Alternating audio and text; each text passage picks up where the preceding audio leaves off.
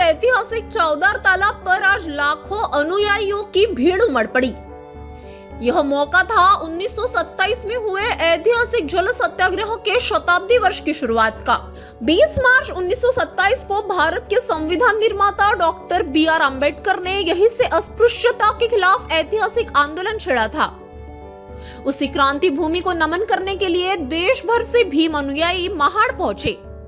इस दौरान महाराष्ट्र के मुख्यमंत्री देवेंद्र फडणवीस, उप मुख्यमंत्री एकनाथ शिंदे, केंद्रीय मंत्री रामदास आठवले, सांसद सुनील तटकरे, मंत्री संजय शिरसाट, मंत्री अदिति तटकरे और मंत्री भारत गोगावले भी मौजूद रहे।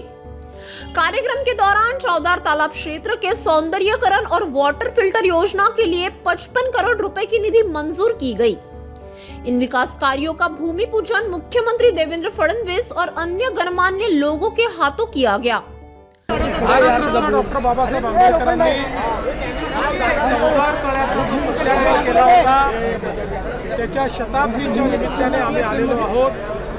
भारतरत्न डॉक्टर बाबासाहेब आंबेडकरांना वंदन करून चौदार तळ्याच्या सुशोभीकरणाच्या आणि विविध गोष्टी उभारण्याच्या संदर्भात जो आराखडा तयार केलेला आहे त्याचं भूमिपूजन आम्ही आज केलेलं आहे।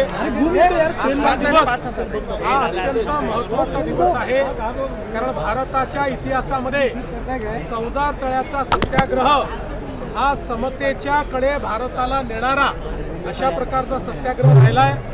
मानवतेच्या दृष्टीनं जेव्हा मानव मानवाला मानव मानायला तयार नव्हता त्यावेळेस मानवतेची जाणीव करून देणारा अशा प्रकारचा सत्याग्रह आहे।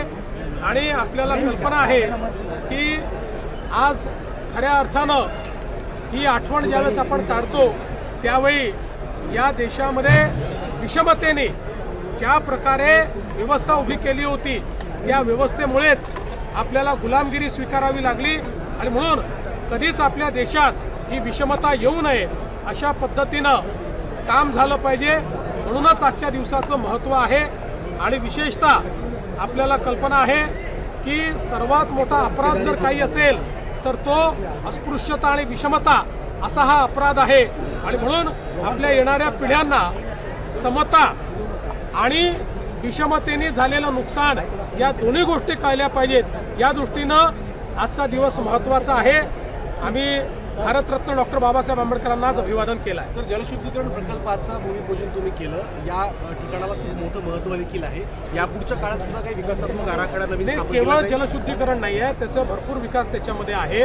त्यामुळे तो विकास ऐतिहासिक स्तरावरती सामाजिक समतेचा हुंकार दिला।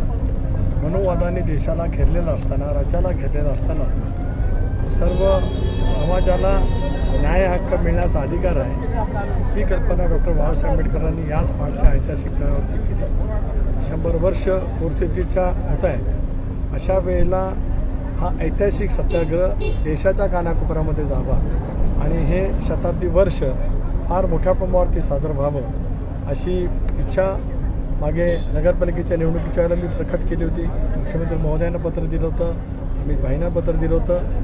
मी तर लोकसभेचा सदस्य या विभागाचा म्हणून माझा प्रयत्न राहील की 20 मार्च 2027 रोजी 100 वर्ष पूर्ण होतील त्यावेळेला संविधान ज्या देशाला मिळालं, संसदीय लोकशाही प्रणाली व्यवस्था ज्या देशाला भारतरत्न डॉक्टर बाबासाहेब आंबेडकरांनी दिली अशा या 20 मार्च 2027 रोजी गौरवशाली भारताचे पंतप्रधान नरेंद्र मोदी साहेब यांनी या ऐतिहासिक क्षणाचं साक्षीदार व्हावं अशी विनंती पुढच्या आठवड्यात ज्यावेळेला मी लोकसभेच्या अधिवेशनाला जाईल त्याला पंतप्रधान महोदयांना करणार आहे।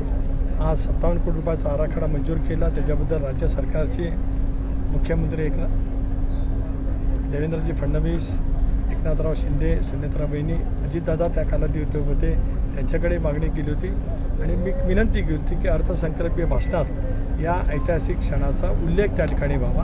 मुख्यमंत्री महोदयांनी अर्थसंकल्पात केला, त्याच्याबद्दल मुख्यमंत्री महोदयांचे मी मनापासून आभार मानतो। माझी दुसरी मागणी सरकारकडे आहे, केंद्र सरकारकडे आहे, एक विशेष निधी यासाठी उपलब्ध व्हावा की आज 57 कोटी रुपयाचा विशेष निधी संजय शिरसाट यांनी सामाजिक न्याय विभागाच्या मार्फत उपलब्ध करून दिला आहे। 300 कोटी रुपयाचा एक आराखडा तयार केला जावा। याच्यासाठी महाडची भूमी एक ऐतिहासिक भूमी आहे। छत्रपती शिवरायांनी स्वातंत्र्याचा हुंकार हा सुद्धा शेकडो वर्षाच्या कालावधीच्या नंतर राजमाता जिजाऊंच्या पोटी जन्माला आल्यानंतर त्यांनी दिला. त्यांनी आपल्या स्वराज्याची राजधानी ही रायगड किल्ल्यावरती केली. तो ऐतिहासिक ही भूमी, सामाजिक समतेची ही भूमी, या भूमीमध्ये सुद्धा 300 कोटी रुपयाचा वेगळा नियतव्यय उपलब्ध करत त्याच्यातून महाड शहर, त्याच्यातल्या ज्या काही गरजा आहेत त्या भागवण्याच्या दृष्टिकोनातून एक उत्तम आराखडा तयार केला जावा अशी मागणी मी भारत सरकारकडे सुद्धा यापूर्वी केली. आता हे पुन्हा पाठपुरावा करेन. राज्य सरकारकडे सुद्धा पुढच्या कालावधीमध्ये करेन. तमाम भीमसैनिकांना, तमाम माझ्या जिल्ह्यांतील, राज्यांतील जनतेला आज आजच्या या ऐतिहासिक क्षणाच्या निमित्ताने विनम्रपणाचं अभिवादन करतो. धन्यवाद. सर, तुम्ही राष्ट्रवादीचे प्रदेशाध्यक्ष आहात. रुपाली चाकणकरांच्या राजीनाम्याचे आज का यह कार्यक्रम न सिर्फ इतिहास को याद करने का मौका था, बल्कि सामाजिक समानता और न्याय के संदेश को आगे बढ़ाने का भी प्रतीक बना। रायगढ़ से संवाददाता धम्मशील सावंत की खास रिपोर्ट।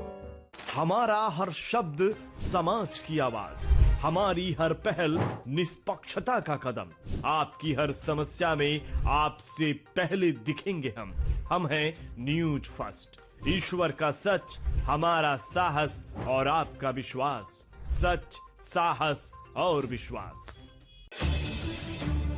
अगर आप ये वीडियो YouTube पर देख रहे हैं तो हमारे चैनल को सब्सक्राइब कर बेल आइकन दबाएं।